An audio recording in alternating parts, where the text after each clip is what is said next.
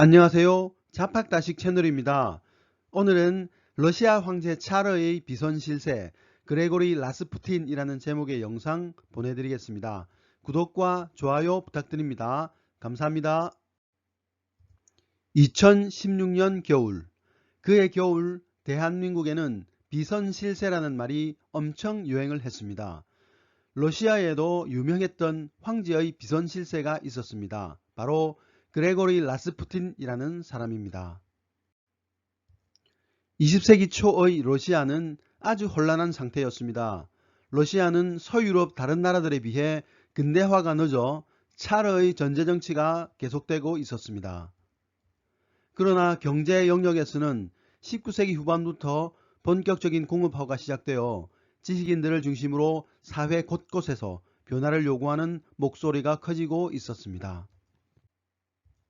마침내 1905년 1월 22일 러시아인들은 변화를 요구하며 니콜라이 2세의 궁전을 향해 평화 행진을 벌였습니다. 그들은 차르에게 호소하면 아버지 차르가 은혜를 베풀어 줄 것이라고 기대했습니다. 그런데 무장도 하지 않은 국민들을 향해 차르의 친위대가 총을 발사하여 많은 사상자가 발생했습니다. 이 사건을 피해 일요일이라고 합니다. 피해 일요일 사건 이후 차르는 자유주의적 개혁을 받아들일 수밖에 없었습니다. 그러나 개혁이 진행되던 이때 제1차 세계대전이 발발하였습니다.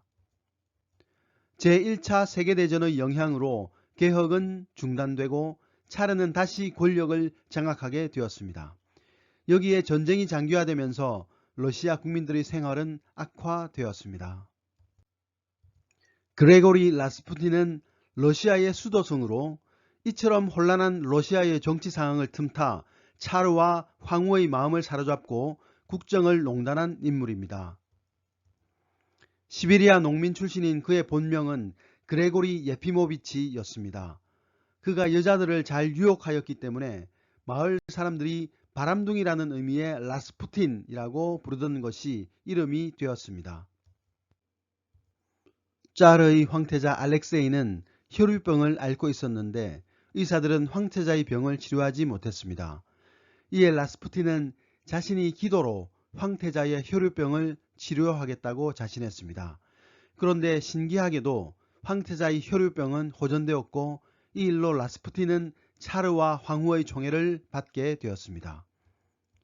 이 외에도 황후의 친구 안나 비로보바가 사고를 당하고 장애를 입는다는 사실을 예언했고 그 예언이 적중하여 황후는 라스푸틴을 우리의 친구라고 칭할 정도로 신임하게 되었습니다.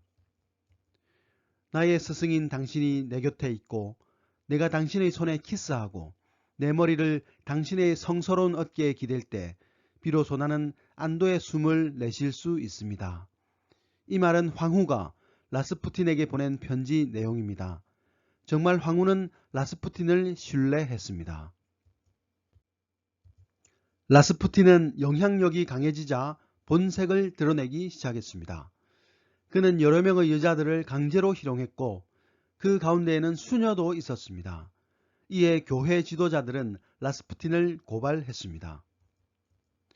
여러 가지 문제가 발생하자 상황을 우려한 수상 스톨리피는 라스푸틴에 대한 상세한 보고서를 작성하여 차르에게 제출했습니다. 그러나 황제는 무력한 답변만 내놓았습니다. 아마도 경이 한 말은 모두 진실일 것이요. 그러나 라스푸틴에 관해서 다시는 나에게 말하지 말 것을 부탁해야겠소.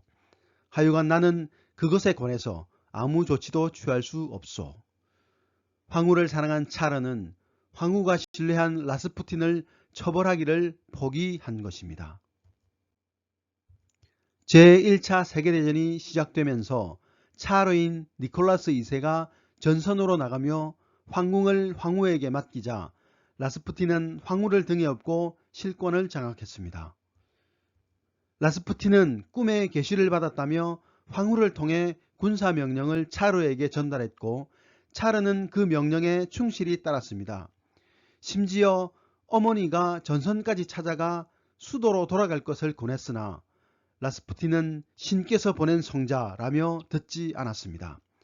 결국 전황은 점점 악화될 뿐이었습니다. 라스푸틴은 1년 동안 3명의 국방 대신과 농무 대신을 갈아치웠습니다. 그뿐만 아니라 황자 니콜라예비치를 총사령관에서 물러나게 했습니다. 러시아의 정치가 완전히 라스푸틴의 손아귀 위에서 놀아났습니다. 러시아 국민들은 황후와 라스푸틴이 부적절한 관계라며 조롱했고 자본가들은 쿠데타를 모의하기 시작했습니다. 차르파였던 귀족들조차도 차르를 몰아내고 다른 사람을 옹립할 움직임을 보였습니다. 이에 다급해진 차르의 측근들은 차르의 조카 사위인 펠릭스 유스포프 대공을 중심으로 라스푸틴을 제거할 계획을 세웠습니다.